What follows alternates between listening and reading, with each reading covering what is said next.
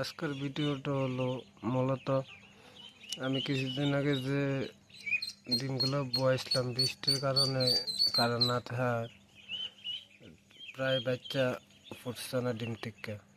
এর মধ্যে মনে করো যে 40-50টা বয়েছে, 40-50টা ডিমের থেকে এই 4টা বাচ্চা, এই যে দেখতেছ এই 4টা বাচ্চা ফুটছে। ফুটনে এটিরে বড়দের সাথে ছাড়লাম, কিন্তু ছাড়ার পরে দেখি বড়ডি এটিতে যেমনি পারে এমনি ঠোকরাইতেছে, মারতেছে। এই দেখো কথা আছে না, জোর যার মুলুক তার, তা এই বাচ্চাটির সাথে এমন হইতেছে যে যেমনি পারে তে এমনি এসে টুকরে টুকরে লাগা। এই দেখো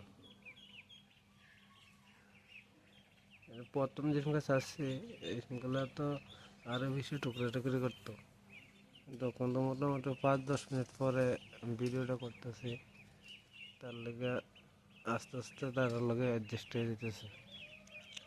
প্রথম সাধারণত তারা গ্রহণই করতে পারতেছে না, যে যেমনি পারে এমনি টুকরে। এই দেখো এই দেখো এখন একটু কমছে, তাই তোমাদের সাথে শেয়ার করলাম আর কি।